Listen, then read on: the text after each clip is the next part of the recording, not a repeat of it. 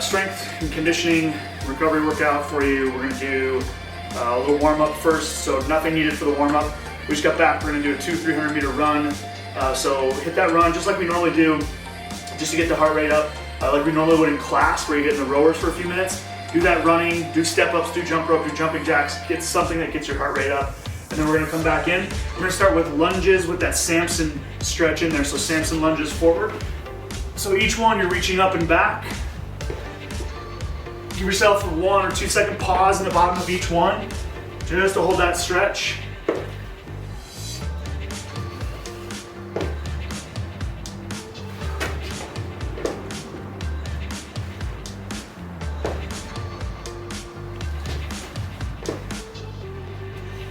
Couple more.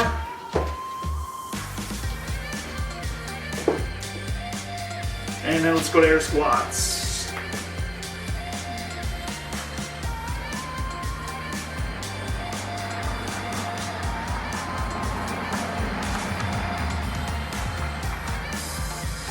Get 10. And then a few jump squats in there.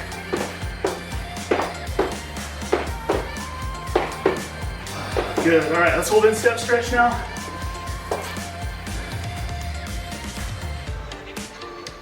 Add a little twist.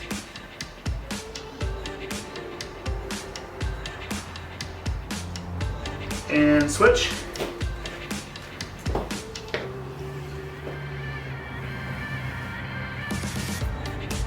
A little twist.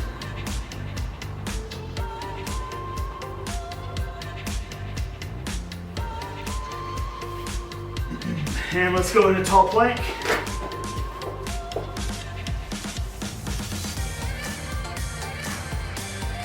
And 5 knees to elbows each side.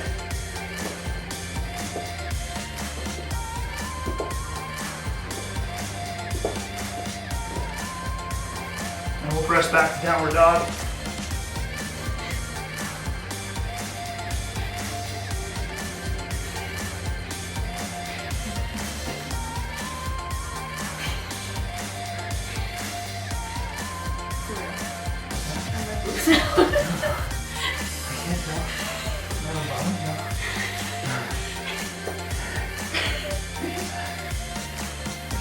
And pigeon.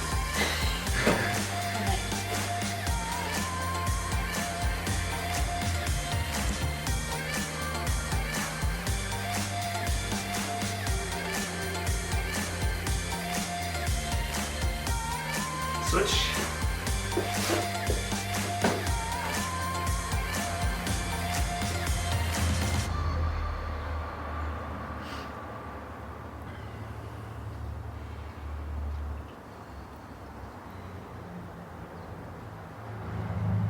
And we're gonna come back to bird dogs. We have 10 total bird dogs, 5 each side, alternating.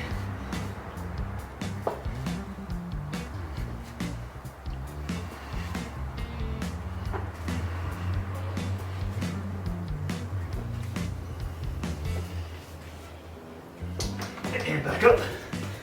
Let's go 10 more squats, 5 more jump squats.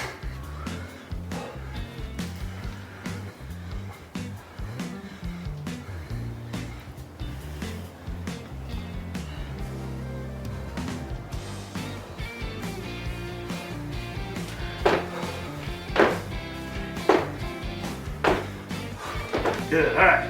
Anything else you want to add in, go ahead right now. We're gonna be back strength for lower body. We'll need a box and a dumbbell or a kettlebell. If you don't have a box, fine, grab a chair, ottoman, something to elevate your foot. If you don't have that, we'll have a substitute as well. All right, we'll be right back. Okay, for strength today, we're gonna be doing a lower body complex. We're starting with the Bulgarian Split Squat. So this one has the rear foot elevated. If you don't have something to elevate your foot, just do a normal split squat on the ground. I'm gonna have her show the setup here first. So there's a couple ways to do this. She can either have her foot flat like that, or she can be up on her toe, whichever one's most comfortable for you. She's gonna go back to this one. We wanna find a position here where her feet are about shoulder width apart, and that she has a good position in front of her so that as she squats down, she's able to keep that shin in front vertical and keep that knee right in line over her toe there. Nice vertical torso. We're getting down to at least parallel, slightly below if possible. Everybody's gonna be a little bit different there. We're gonna do 5 reps, and on the 5th one, I'm gonna have her hold that parallel, So the last one you're holding, 1, 2, 3, all the way to 10 seconds, and then she can come back up and then switch legs. We're gonna do the same thing on the other side, 5 reps. On the 5th rep, hold for 10 seconds at parallel, and then come back up. So just holding on that one last rep. Then we're moving immediately over to the RDL. Remember the RDL is an almost straight-legged deadlift. We have a slight bend in the knees. From here, I'm gonna have her kind of think about pushing that kettlebell back to about where her heels are. That'll help stay or help keep her weight back as she's doing these.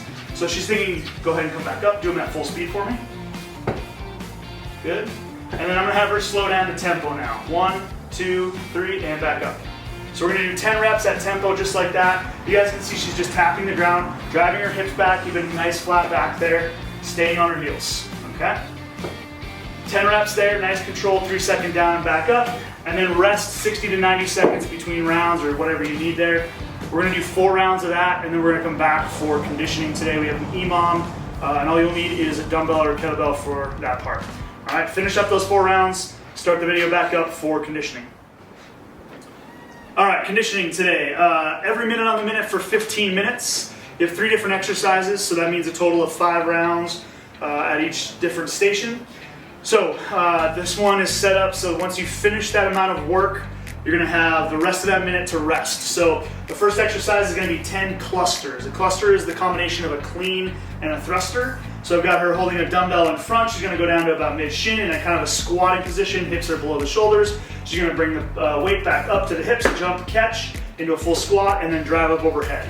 Okay, one more time.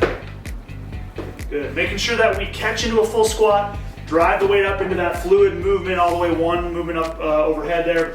She's gonna show you with the kettlebell as well, same thing here. Dropping down into that squatting position, jump and catch, and then drive overhead.